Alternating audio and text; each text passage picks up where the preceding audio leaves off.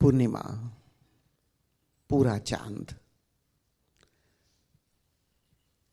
जिसे चांदनी अंधेरे को मिटाती है। अमावस्या और पूर्णिमा में भेद क्या है? अंधेरे और प्रकाश का। अमावस्या में पूर्ण अंधकार आकाश को घेरे हुए है और पूर्णिमा में चांद की चांदनी धुंधलका सा प्रकाश पूरे आकाश में फैला हुआ है। जाने अनजाने हम सब परमात्मा की तलाश कर रहे हैं।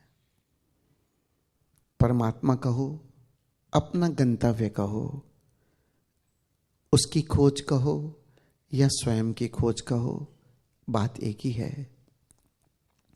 बचपन से सुन तो रखा है, आत्मा परमात्मा का रूप है, आत्मा परमात्मा का अंश है। तो इसलिए स्वयं की खोज कहो या उसकी खोज कहो, गंतव्य तो एक ही है। ये जो चांदनी का प्रकाश है, ये जो धुंधलका सा प्रकाश है, ये जो हम परमात्मा की खोज कर रहे हैं,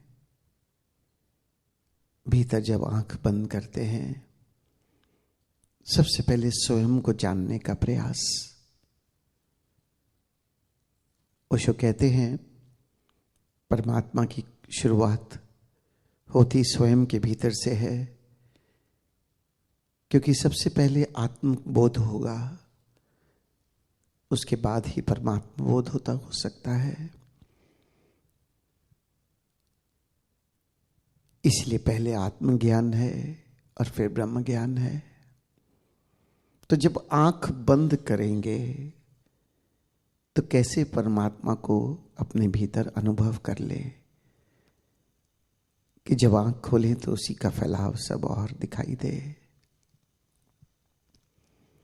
जैसे चांद की चांदनी है, वैसे ही हमारे भीतर आंख बंद करते हैं तो अंधकार दिखाई देता है, लेकिन जैसे ही आत्मबोध से भरने लगेंगे, ये अंधकार धीरे धीरे प्रकाश में रूपांतरित होने लगेगा। परमात्मा या आत्मा का दिव्य स्वरूप, ये धुंधलका सा प्रकाश, ये दिव्य ज्योति, जिसे हम स्वयं के भीतर अनुभव करेंगे, परमात्मा के ज्योति स्वरूप के दर्शन करेंगे और फिर उसी के साथ एक हो जाएं।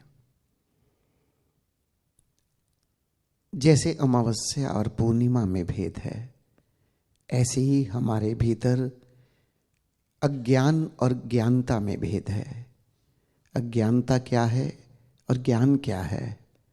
अज्ञानता है ये अंधेरे की तरह। एक संसारी व्यक्ति जब आंख बंद करता है और अपने भीतर आंख बंद करके पाएगा तो उसे सिर्फ अंधकार दिखाई देगा। और जो साधक है, जो ज्ञान के मार्ग पर बढ़ रहा है, उसकी संभावना है कि ये अंधकार में प्रकाश की अनुभूति कर सके।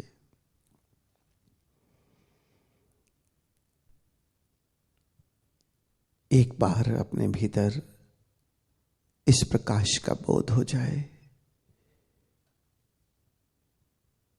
एक बार हम अंधेरे से प्रकाश की ओर यात्रा शुरू कर दें, तो जीवन फिर वो नहीं रहेगा जैसा है।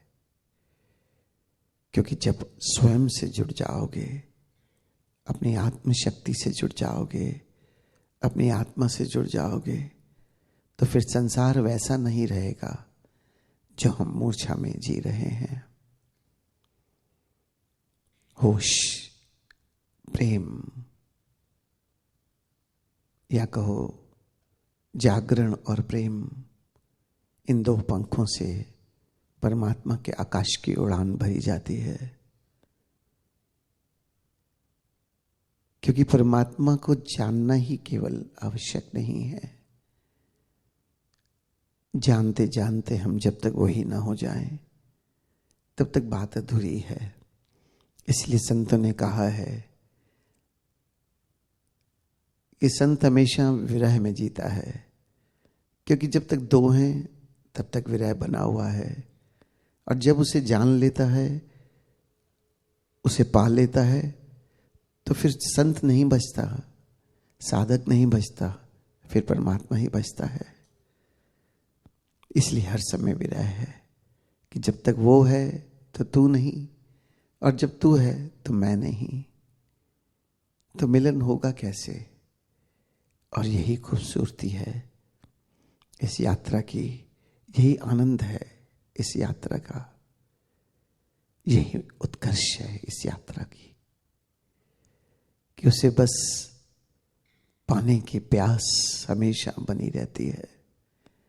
और जब मैं उसे पा लेता हूं तब भी प्यास बनी रहती है, बल्कि और बढ़ती चली जाती है।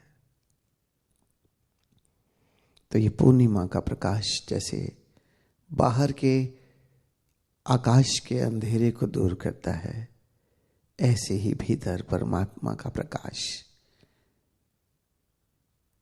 ये दिव्य ज्योति, ये परमात्मा का ज्योति स्वरूप हमारे भीतर के अज्ञानता के अंधकार को दूर करता है, और हम उसे पा लेते हैं।